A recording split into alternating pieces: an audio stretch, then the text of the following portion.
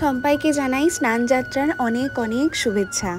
জয় জগন্নাথ। সবার সারা জীবন ভীষণ ভালো কাটুক এবং আজকের দিনটাও ভীষণ ভালো কাটুক। পুরীর রথযাত্রার শুভ সূচনা হলো আজ জগন্নাথ দেবের স্নানযাত্রা দিয়ে। জয় জগন্নাথ। আজ হলো স্নানযাত্রা। জ্যৈষ্ঠ পূর্ণিমার জগন্নাথ দেবকে স্নান করানোর যে আয়োজন সেটি হচ্ছে স্নানযাত্রা। স্কন্দপুরাণে রাজা ইন্দ্রদম্ন যখন জগন্নাথ দেবের কাঠের বিগ্রহ প্রতিষ্ঠা করেন তখন থেকেই শুরু হয়েছিল এই স্নানযাত্রা। তো চলো আজকের দিনটা শুরু করা যাক এবং কীভাবে আমি সেবা দিলাম সেটাও তোমাদের সাথে শেয়ার করব। আর এবারে তো আমার প্রথম বছর।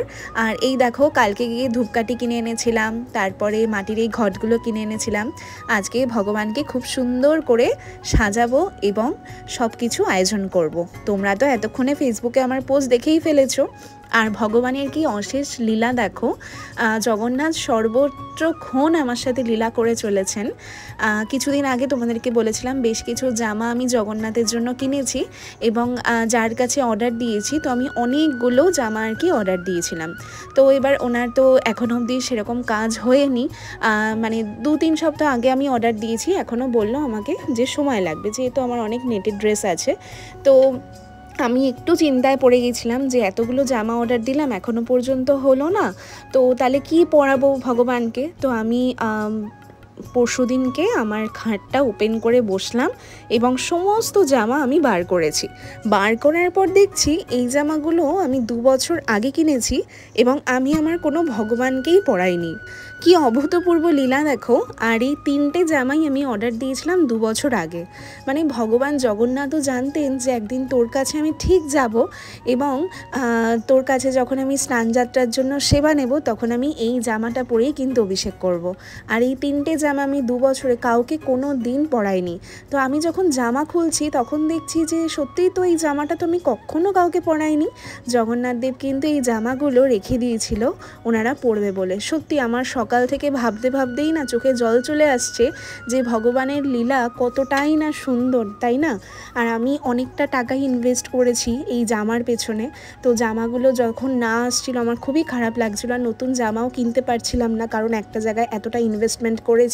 আর জামাগুলো ভীষণ সুন্দর অর্ডার দিয়েছি, আসলে তোমাদের সাথে অবশ্যই আমি শেয়ার করব। আর রথে তো পরাবই, কারণ তার আগে তো চলেই আসবে। আর এই দেখো, প্রথমেই আমি দুধ, দই, ঘি, মধু, চিনি মিশ্রিত জল সর্বত্র দিয়ে আমি কিন্তু অভিষেক করে নিলাম ভগবানকে। আর ভগবান যেখানে বসবে তার আগে সেখানে ফুল দিয়ে সুন্দর করে সাজিয়ে নিয়েছি। আর কালকে এত ফুল এনেছি তাও আমার মনে হচ্ছে যেন ফুল যেন কম হয়ে গেছে, কারণ ফুল জিনিসটা আমি এতটাই ভালোবাসি, যতই আনা হোক না কেন আমার তাও মনে হয় যে কম পড়ে গেছে। আর ভগবানকে কতটাই না সুন্দর লাগছে, তোমরা শুধু দর্শন করো যে এত সুন্দর লাগছে। তারপরেই কিন্তু আমি অভিষেক করলাম ফুল দিয়ে। এত মিষ্টি লাগছিল না, মুহূর্তটাকে ধরে রাখতে ইচ্ছা করছিল, এতটাই সুন্দর লাগছিল। আর আজকে আমি পরাবো ভগবানকে বেনারসি কাপড়ের ড্রেস। এই বেনারসি কাপড়ের ড্রেসও আগের বছর আমি বানিয়েছিলাম। আর এই বেনারসি কাপড়ের ড্রেসগুলো আমাকে এনে দিয়েছিল বাপি বেনারস থেকে। কাপড় এনে দিয়েছিল, প্রচুর কাপড় আমাকে এনে দিয়েছিল। সেই কাপড় আগের বছর আমি বানিয়েছিলাম। আগের বছর 80টার মতন জামা জগন্নাথ, মানে সবার জন্য আর কি, জগন্নাথ বলছি কেন, মানে গোপাল সবার জন্য আমি বানিয়েছিলাম জামা জন্মাষ্টমীতে। তো সেই জামাগুলোই কিন্তু আজকে জগন্নাথকে পরাবো। আর আজকের দিন থেকেই কিন্তু পুরীতে পুরো টানা 15 দিন পর্যন্ত মন্দির বন্ধ থাকে এবং চিত্রপটে কিন্তু পুজো করা হয়। 108 ঘড়া জলে স্নান করানোর পরই কিন্তু ভগবান কিন্তু প্রচণ্ড জ্বরে কাবু হয়ে যান এবং তারপরেই কিন্তু ভগবানকে একটা কক্ষে কিন্তু রাখা হয় এবং তারপরে 15 দিন পরে কিন্তু খোলা হয়। আর এই রথযাত্রা হচ্ছে ভীষণ মানে একটা ধুমধাম একটা আয়োজন, সারা বিশ্বের চোখ থাকে পুরীতে। আর এই উৎসবের প্রস্তুতি মানে শুরু হয়ে যায় বহু আগে থেকেই। জগন্নাথ, বলরাম, সুভদ্রা চন্দন যাত্রার মাধ্যমেই নীলাচল এবং অন্যান্য জগন্নাথ মন্দিরেও কিন্তু রথযাত্রার আগেই ধর্মীয় রীতিগুলো কিন্তু শুরু হয়ে যায়। আর এই 108 ঘড়া জলে স্নান করার পরেই কিন্তু ভগবান কাবু হয়ে পড়েন। ভগবান এত সুন্দর লীলা করে গেছেন, সত্যি লীলার কথা শুনলে সবসময় চোখ থেকে অনবরত জল বেরিয়ে পড়ে। আর আজকে আমি আরও একবার ধন্যবাদ জানাবো আমার দাদাকে। আমার দাদা যদি এরকম এত সুন্দর বিগ্রহ যদি আমার কাছে না এনে দিত, আজকে এত সুন্দর সুন্দর দিনও আমি দেখতে পারতাম না। হয়তো আমি পুরী থেকে আনতাম, কিন্তু ভগবান আসার ইচ্ছা ছিল হয়তো অন্যভাবে। তো আমি তো নিউ টাউনের জগন্নাথ মন্দিরে গিয়ে ভগবানকে আনার জন্য বলেছিলাম, এবং উনি যে দামোদর মাসেই, মানে দামোদর মাসের শুরুর দিকে গিয়ে আমি কথাটা বলেছিলাম। আগের বছর আমি নিউ টাউনে প্রথম গিয়েছিলাম ওই জগন্নাথ মন্দিরে, তো তার কিছুদিন পরেই আমাকে কিন্তু জগন্নাথ দেব আমার কাছে এলেন। তো দাদা আমাকে ফোন করে বলল যে আসো অন্বেষা, এসে এরকম নিয়ে যাও। দুটো গোপাল দিয়েছিল, সেই লীলার কথা তো তোমরা জানো। তো এই লীলার কথা যখনই আমার সকাল থেকে মনে পড়ছিল, ভীষণই মনটা আমার কেঁদে উঠছিল। যে আগের বছর ভিডিওতে তোমাদের সাথে আমি শেয়ার করেছিলাম যে আমার কাছে তো জগন্নাথ দেব নেই, তাই জন্য আমি কিন্তু গোপালদের সেবা করেছি। আর এই বছর দেখো, মানে ভগবান যে কখন কাকে দিয়ে কি করিয়ে নেবেন সেটা শুধুমাত্র ভগবানই জানে। আর এই যে সেই বেনারসি কাপড়ের ড্রেসগুলো যেগুলো বাপি এনে দিয়েছিল, এই শাড়িগুলো আর কি, সমস্ত মানে এত সুন্দর সুন্দর কাপড় আমাকে বেনারস থেকে এনে দিয়েছে, মানে প্রচুর কাপড় এনে দিয়েছিল। সেই সব জিনিস আমি কিন্তু একটা দিদির কাছে বানিয়েছিলাম আগের বছর। তো উনি খুবই ভালোভাবে আমাকে সমস্ত কিছু বানিয়ে দিয়েছিল। তো সেই দিয়েই কিন্তু আজকে সুন্দরভাবে সাজিয়েছি। আর এই দেখো সকালবেলা মা তো প্রচুর সবজি কিনেছে, আগের দিনকে এনেছে। সত্যি জীবনে এরকম মা পাওয়া অনেক ভাগ্যের ব্যাপার। ভগবানের কাছে সবসময় বলি যে তুমি আমাকে এত মানে একজন মাকে দিয়েছো, মানে যে ভগবানের কাজেও সবসময় লিপ্ত থাকতে ভালোবাসে এবং সমস্ত বাজারঘাট করা, রান্না করা, এতটা আমাকে সাহায্য না করলে হয়তো আমি ভগবানের সেবায় এতটা কিছু করতে পারতাম না। আমি তো সকাল থেকে পুরো ঠাকুরের কাজে লেগেছিলাম, তাদেরকে সাজানো, বুঝতেই পারছো আমার এতগুলো গোপাল, তারপরে জগন্নাথকে স্নান করানো, প্রচুর সময় সাপেক্ষর ব্যাপার। আর ওদিকে যদি মা আবার রান্নার কাজটা না করতো তাহলে তো আমি ওদিকে কিছু করতে পারতাম না। তো এই দেখো কালকে এই গোলাপের মালাটা এনেছি। এই গোলাপের মালাটার দাম নিয়েছে মাত্র 50 টাকা। তোমরা জাস্ট ভাবো, কেউ বিশ্বাস করবে এত বড় একটা মালা নিয়েছে 50 টাকা। আর বাকি তো সমস্ত ফুল যা কিনেছি তোমরা তো দেখেছো, তাই দিয়ে ভগবানকে ভীষণ সুন্দর করে সাজিয়েছি। আর আজকে আমার রাধারানীকে লক্ষ্য করেছো কি অপরূপ সুন্দর লাগছে। আর এবারের পুরী থেকে যেই গোপালকে পেয়েছি তাকেও সামনে রেখেছি, আর আমি যে যাদেরকে কিনেছিলাম তাদেরকেও কিন্তু সামনে বসিয়েছিলাম। আর আমার সোনার চাঁদগুলোকে দেখো আজকে কত সুন্দর লাগছে ফুলের সাজ দিয়ে। আর মাহিকের দিক থেকে তো চোখ সরানো দায়, এত সুন্দর লাগছে। কালকে ভীষণ সুন্দর জুঁই ফুলের মালাগুলো পেয়েছিলাম আর কি, তো সেগুলো দিয়ে আজকে ভগবানকে সাজিয়েছি। আর এত মিষ্টি লাগছে সবাইকে যে চোখ সরানো দায়। আর আজকে তো সমস্ত কিছু রান্না মা করেছে, মানে ভাজাগুলো আর কি আমি করেছি, আর পটল পোস্ত আর ভেজ ডাল আর চাটনি এগুলো হচ্ছে মা করেছে, বাকি সব আমি করেছি। আবার রান্না প্রচণ্ড তাড়াতাড়ি হয়ে গেছিলো, আমাদের 12টার আগেই হয়ে গেছিলো। আর তোমরা তো জানো আমার মা কত তাড়াতাড়ি সমস্ত কিছু কাজ করে, আর মানে এত তাড়াতাড়ি সমস্ত কিছু কাজ করে যে আমার খুব সুবিধাও হয় ভগবানকে সেবা দিতে। তো আমি ওই 12:30টার মধ্যেই ভগবানকে দিয়ে দিয়েছিলাম।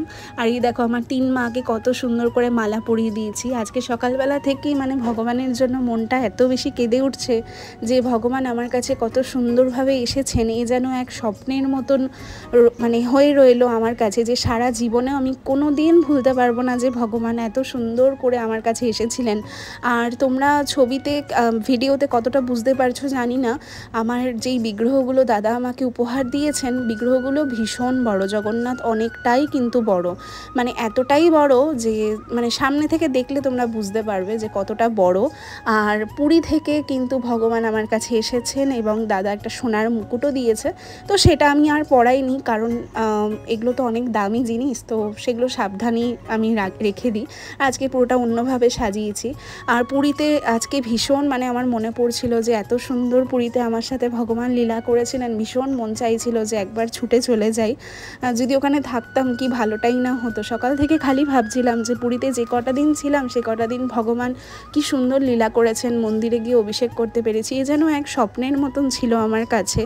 যে কোনো দিন ভাবিনি যে ওখানে গিয়ে কোনো মন্দিরে গিয়ে আমি অভিষেক করতে পারবো এবং এত সুন্দর ভগবান আমার সাথে লীলা করবেন। সত্যি আমি কোনো দিন ভাবতে পারিনি। এই যেন এক মানে স্বপ্নের মতন আমার কাছে সারা জীবন রয়ে গেল।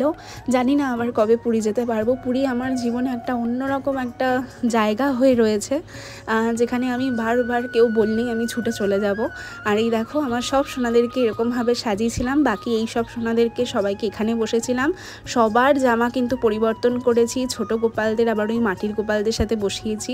আজকে সোনাইকে এতটা মিষ্টি লাগছে, মানে মুখটা আদো আদো লাগছে। আর রাধারানীর এই ড্রেসটাও কিন্তু নতুন কেনা, তোমাদেরকে দেখানো হয়নি। আরও একটা বেড কভার নতুন কিনেছি, সেটা তোমাদের সাথে নেক্সট ভিডিওতে আমি দেখাবো। আর সবাইকে কত সুন্দর লাগছে দেখো। আর সামনেই তো রথ, আবার ভীষণ আনন্দের দিন। আর বাঙালি হয়ে জন্ম হয়ে যেন ভীষণ একটা আনন্দ লাগে যে আমাদের উৎসবের শেষ নেই, সত্যিই তাই।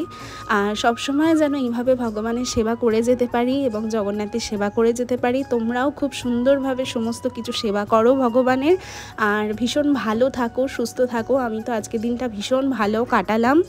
আর তোমাদের কেমন লাগলো তোমরা অবশ্যই জানাবে। এখানে সবাই ভোগ দর্শন করো, আলু ভাজা, পটল ভাজা, কাঁকরোল ভাজা, রসগোল্লা যেটা জগন্নাথের ভীষণ প্রিয়, উচ্ছে ভাজা, বেগুন ভাজা, পটল পোস্ত, কুমড়ো ভাজা, পটল ভাজা, কাঁচকলা ভাজা, আর মিষ্টি ছিল। আর তার সাথে ছিল হলো চাটনি।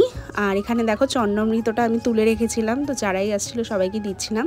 তো যাই হোক, আজকের দিনটা আমার ভীষণ ভালো কেটেছে। আবার দেখা হচ্ছে তোমাদের সাথে খুব শিগগিরই নতুন একটা ভিডিওতে।